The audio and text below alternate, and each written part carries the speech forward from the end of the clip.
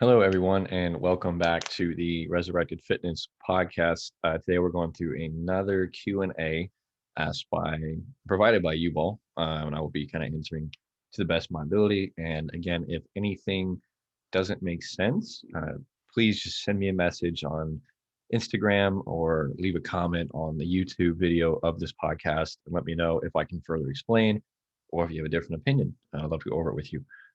So first of all, first question, how does alcohol affect our training? Alcohol is an interesting topic amongst the fitness community when it comes to consumption and performance and moderation. I think alcohol should be consumed in moderation if it's a part of your life. Me personally, I don't drink. I might have a sip every now and again, but it just doesn't necessarily interest me. If it does, for some people, alcohol is very interesting. It's very fun to be a part of and to drink. Um, so how do we fit that into a regimen that keeps you on track towards your goals? I alcohol. So we look at fats, proteins, and carbs. So fats have 9 calories per gram. Carbs and proteins have 4 calories per gram. Alcohol has 7 calories per gram. The thing about alcohol, though, is that it's not providing necessarily nutritional value. A lot of the alcohol or the calories that come from alcohol are in carbs.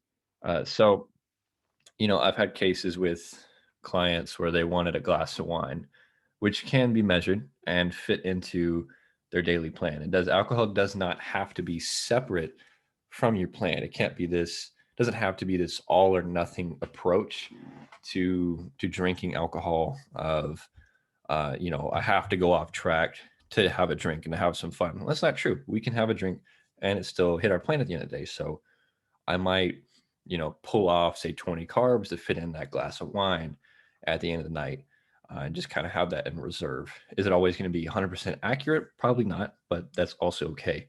The main thing is, are we being consistent? How does it affect our training? From a psychological standpoint, if it helps you, if it's a social event, and it helps you to be a part of it and to fit in some sort of alcohol, and that does well for you emotionally and provides you just more stability in that realm, then that's okay. So I would say it has a positive effect on training.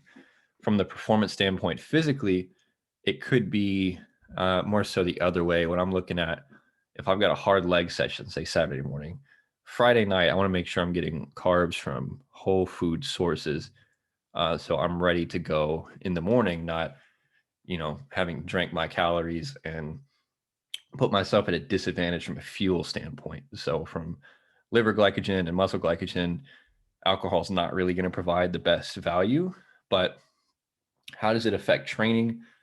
It's contextual. I'd say it really depends on where it stands in your life. How much do you drink? How much do you need? If it's a small amount, I wouldn't say it has much effect at all.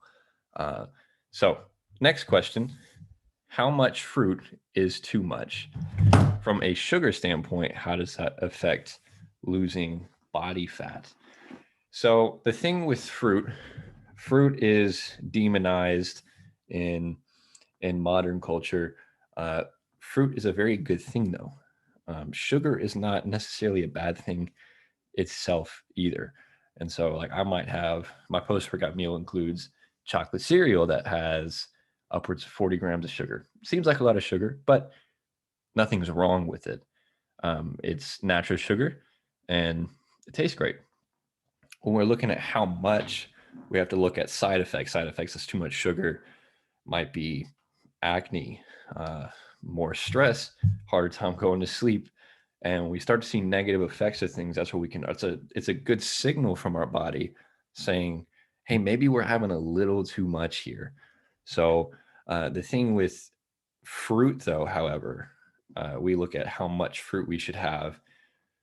That would be dependent on a couple of things. So fruit primarily is going to be a soluble source of fiber. So it's insoluble, insoluble, soluble helps the formation of the stool. Insoluble helps the passing of the stool. So we do need a good blend. If we're having too much of one, we're going to see a harder time maybe getting the stool out. Or if we have too much of the other, we're going to see like diarrhea and broken stool. And so, like for me, I might have, say I have 2 bananas a day. I found that 3 is too much. I have a lot of carbs to fill in throughout the day. 3 is a little too much for me. I can't handle all of that fiber from fruit. So I replace that with more rice. Rice is not fibrous at all. So it would really depend. I know some people that have upwards of 100 grams of sugar, some people that have very little sugar. Natural sugar is not a bad thing. I wouldn't suggest sugars from Twinkies and, Hostess cakes and that kind of thing. It's not necessarily of any value, but sugars that are in foods that do provide a lot of value and good fuel, there's nothing wrong with that. So best thing to do is to monitor your fiber intake. 20 to 30 grams is a good starting place to look for. Make sure it's a good blend of both, not straight, because if you're eating straight fruit and no veggies, probably going to have some adverse effects in your stool. It's going to come out in GI irritation. But monitor how your body is responding to the volume of fruit you're having. And if it's too much, then pull back and see if it feels any better. Maybe increase veggie intake. Definitely increase hydration. Taking a lot of fiber is going to be best matched with plenty of hydration. So hopefully that helps. How does it affect losing body fat? A lot of it's going to come down to calories in versus calories out, and that's not the whole equation. That is not what I'm saying. But we want to look at the forest, not so much the weeds. So if we are hitting every other marker, good sleep, good stress management, our diet is on point, and we are hitting in a slight caloric deficit, our body was in a position to do so from a cortisol standpoint and just lifestyle factors, and we're good to go into a deficit. Sugar is not going to be the determining factor of am I going to lose weight. As long as it's coming from whole sources, it's not. I would say it's definitely a weed in a very big forest. So that's kind of my take on it. Next question: how do I know how much protein, fat, and carbs to consume when training? So the best thing to do, I would outsource to a coach like myself or someone else that has a pretty good background on what they're doing. But what do I look for? So first, I want to look for what you are currently doing. How much protein are you currently taking in? How many fats and carbs are you currently taking in? And are these things best performing, which are helping to fuel what you're doing and what you want to do? And so, from a carbohydrate standpoint, fuel or training is going to be heavily fueled by carbs. Nothing wrong with it. So, and fats are a resting state energy source. Carbs are an active state energy source, and protein is more like the building blocks to new fibers.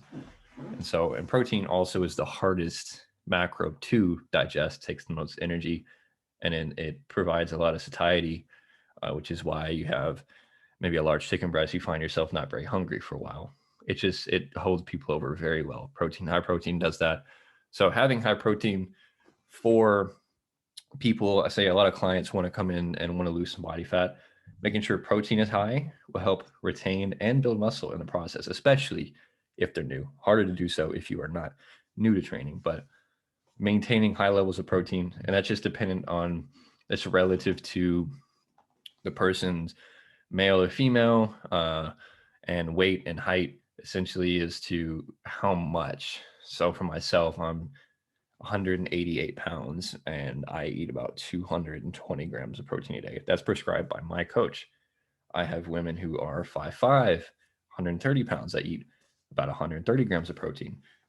And where I might make a jump, say if their performance drops, what I might do is pull their protein down, add some more carbs in, same calories, just different split. They might feel a little better.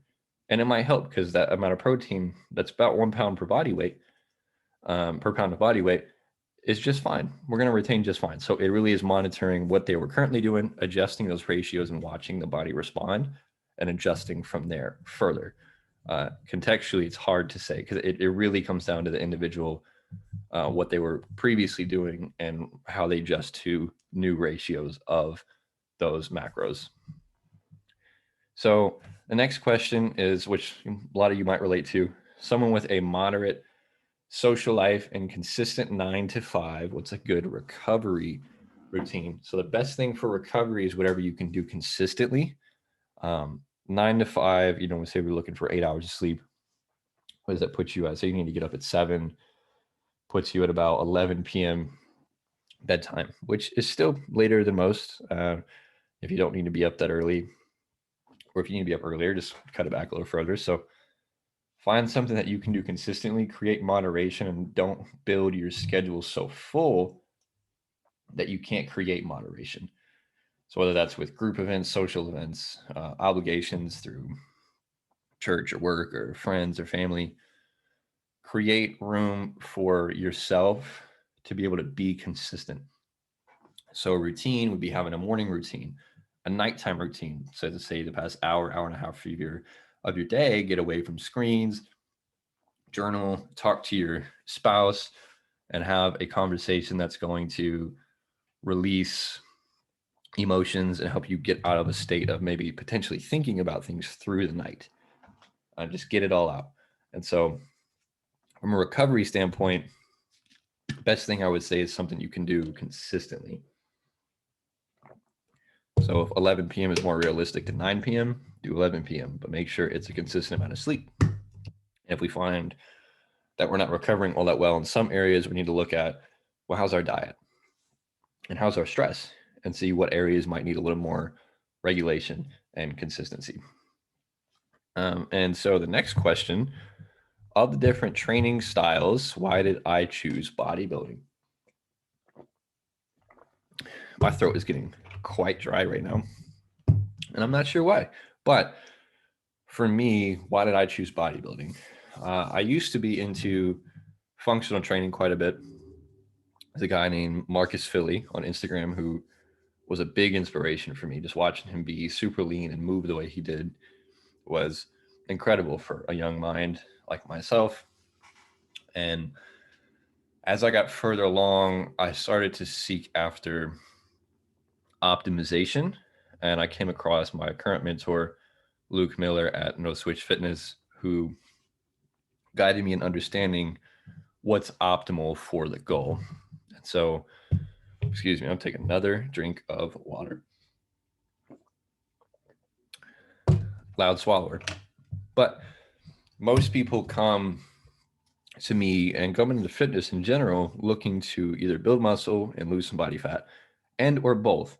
And so from an aesthetic standpoint, what does that the best? In my opinion, bodybuilding. Creating stable environments to isolate different muscle groups and expend energy in areas we need to and recover even harder. Things like CrossFit can be good to an extent, and they can be great for community and even great for aesthetic. But do I think it's best? No, I do think stable environments that movements that everyone can generally perform. Like I can't perform a barbell snatch. My shoulder mobility is horrific. So, and is that matching an aesthetic goal? Is there enough isolation to create that response? Uh, Not necessarily, not in my opinion. And from this anecdote, it doesn't seem to be true and hold truth to it. Um, so, bodybuilding provides an opportunity to create optimization for the goal at hand, which generally, for whatever reason, vain or not, is aesthetic goals. People want to look better and feel better, generally actually comes second. And I know bodybuilding and the style of it provides both. Is it functional? What that means, every exercise is functional for the goal at hand, whatever that goal is. And so what I would say to that is if you want to get better at carrying groceries, then carry more groceries, practice that. But if you want to build chiseled shoulders, then we're going to need to match that with exercises that do that best. A snatch doesn't do that as well as, let's say, a lateral raise with a cable. And is it as fun? To me, I think so. Knowing you are working towards exactly what you're wanting and being efficient at it becomes a very fun process. And being able to drive a lot of force and effort into something without, and for me especially, having gone through multiple surgeries, things that functional training provide, I can't do. Back squatting, can't do. Deadlifting, working towards it, takes a lot out of me though. Usually creates a lot of sciatic issues in my back again. So bodybuilding gives me an opportunity to exert and push myself as hard as I can in a safe environment. And I think it does that for a lot of people as well. A lot of my clients, and we can mitigate injuries pretty well that way. And if I can't do certain movements, I'm going to have a hard time teaching other people to do those same movements. So that's just my standpoint on bodybuilding and why I am a part of it. Next question, is there a target heart rate you should aim for when training? This is a good question. This is also contextual. I wouldn't put a number on this. I would say look at your resting heart rate and see what you are when you train.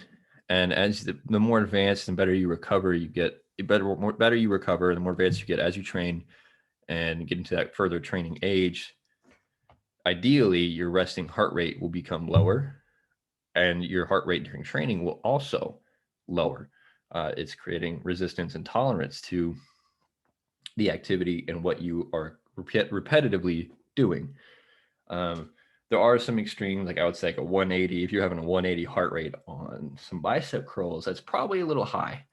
For me, I might average between 100 and 120 on a lifting session. I've also been lifting for about 6 years, and my resting heart rate, I'm also 23. My resting heart rate's 49 beats per minute, which is not fast at all. So my training heart rate will also be relatively lower to some of the people. If your resting heart rate is 60 or 70, your training heart rate is probably going to be a little higher. So I would say it's just relative. If it's causing issues too much with breathing, where it's 2 or 3 minutes pass between a set and you can't recover, then I would say that might be an issue, and something to dive into a little bit further. But next question, should you focus more on weight training or the diet aspect of things? I would say this is a very even split, and they are both equally as important. You will not achieve the goal you're looking for without taking care of the other areas of your life outside of the training session. From my experience, people don't have a hard time showing up to work out. It's more so the after effects of, I want to go home and I'm not going to eat what I need to fuel what I'm doing. I'm not going to get the sleep I need. I'm not going to mitigate stress. But you show up to work out each day and you don't get anywhere and you're wondering what's going on. It's like, well, say you're working out 4 hours a week. That's 4 hours a week out of 168, I believe. That's not a lot. We have a lot of the rest of the day to take care of ourselves. And most importantly, what we are putting into our own bodies to fuel the results we're looking for. So, a mantra you could live by in training is to train hard, sleep, and recover harder. Now, we can only train as hard as we recover. And diet and nutrition is a huge part of that recovery process, as well as the fueling process for the training itself. So I would treat them one and the same. If we want one, we're going to have the other. Diet is usually the main limiting factor for a lot of clients that I've worked with. Is showing up to working out, usually not it. Going home and eating what you're supposed to and taking care of your body generally is the biggest struggle. And that's why we lack results and adherence, is when you're not seeing change, you're going to continue to fall off and not do what was asked, and creates a repetitive cycle. So they are very much equally as important. And so our final question, how much progress do you lose when taking a week off? So, and this is also contextual depending on how hard that week off was. If you're just taking a week off, say you're, eating the same, following your numbers on your rest days, sleeping well, you're just taking a whole week off. I would argue, I think research would back me up on this, that you don't lose any progress. Or from a physical standpoint, you might find it harder to hit the same weights that you were hitting the week before, but not by much. Sip of water incoming.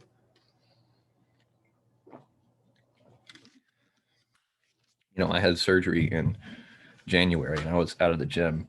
I was out of hard training for about 5 weeks, and some of my movements I came back and hit the same weights on, and it's a testament to consistency. Say you've been consistent in your training and your lifestyle surrounding that training for a year, and you have to take a week off. A week compared to a year is a very small amount of time. So, as easy as it is to get out of track, to say you worked out for a week and then you took a year off, the most consistent result will be with the most consistent thing you did, which was taking time off. So you're going to reap the benefits or the results of taking time off, from not benefits necessarily, but gaining body fat and things you didn't want. So if you're training for a year and managing all that really well, and then you take a week off, that week is very small in comparison to that past year. And so your consistency of what you've done will pay off. And I would argue that you don't lose anything in that week. And that actually concludes today's episode. I hope you all enjoyed. If you did, please like, comment, and subscribe and share with your friends. And if you all have any more questions, please drop them below. Send me a message, do whatever you need. Or if you'd like to have a conversation and disagree with me, I'm also down for that. Otherwise, I will talk to you all soon.